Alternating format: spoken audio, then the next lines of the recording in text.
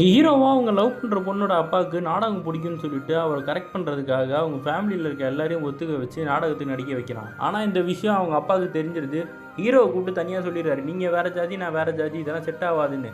Hero போனதுக்கப்புறம் அவங்க பொண்ணுக்கிட்டேயும் வந்து தற்கொலை பண்ணிக்கிற மாதிரி பயமுறுத்தி வேற ஒரு பையனை அவங்க ஜாதியிலே கல்யாணம் பண்ணுறதுக்கும் ஓகே பண்ணிடுறாரு. இவங்க நாடகம் போட வேண்டிய நாள் நெருங்கிட்டே வருது. மெயின் கேரக்டரில் நடிக்க வேண்டியவங்க ஊருக்கு கிளம்பி போயிடுறான். ஹீரோ தான் அந்த மெயின் கேரக்டரில் நடிக்க வேண்டியதாக போயிடுது. அன்னைக்குன்னு பார்த்து இந்த பொண்ணோட அப்பாவுக்கு ஒரு விஷயம் தெரிய வருது. கிறிஸ்மஸ் தாத்தா வேஷம் போட்டு ஹீரோ தான் இவ்வளோ நாள் வந்து இவர் சரக்கு அடிக்கக்கூடாதுன்னு சொல்லி அடிச்சிருப்பான். இது தெரிஞ்ச உடனே நேரில் போய் அடிக்கிற மாதிரி வர சீன் எல்லாத்தையுமே நிஜமாவே ஹீரோ போட்டு அடித்து பொழந்துடுறாரு. ஹீரோவால் வழி தாங்க முடியல.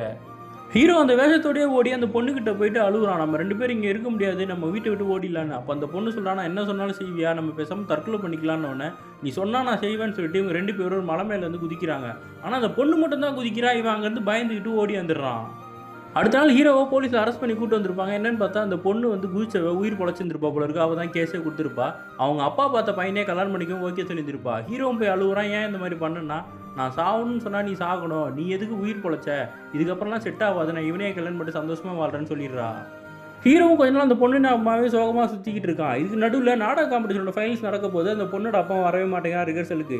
நேரில் போய் உண்மையை சொல்லிடுறாங்க, நீ இந்த ஜாதியே கிடையாது, உன்னை வந்து உங்கள் அப்பா தத்தெடுத்து தாண்டா வளர்த்தாரு, இந்த விஷயத்தை வெளியே சொன்னால் உன் பொண்ணு கல்யாணம் நடக்காதுன்னு அவனும் பயந்துட்டு ரிஹர்சலுக்கு வர ஆரம்பிச்சிடுறான். கடைசியில் அந்த பொண்ணுக்கு நல்லபடியாக கல்யாணம் முடிஞ்சிருது. ஹீரோ ஃபீலிங்காக பார்த்துக்கிட்டு இருக்கான்.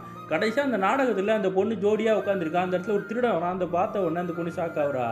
ஏன்னா ஹீரோவும் அந்த பொண்ணு காலேஜில் ஒரு டைம் தனியாக இருக்கும்போது திருடன் தான் பார்த்துருப்பான். அதே திருடன் இப்போ வந்துட்டு அந்த பொண்ணுக்கிட்ட சொல்லிக்கிட்டு இருக்கான், நீங்கள் 2 பேரும் ஒன்றா தானே குதிக்க போனீங்க, அவனுக்கு நீச்சலே தெரியாது, உனக்கு நீச்சல் தெரியும், அதனால தான் நீ தப்பிச்சு வந்த, உனக்காக தான் அவன் ரெடியானா, இப்போ பாரு அவன் தனியாக போய் தற்கொலை பண்ணிக்க போகிறான், நீ போய் காப்பாற்றுன உடனே இவன் குதிக்கும் போது அந்த பொண்ணு உள்ளே குதிச்சு அவனை காப்பாற்றுறா. இதோட அந்த படத்தையும் முடிக்கிறாங்க.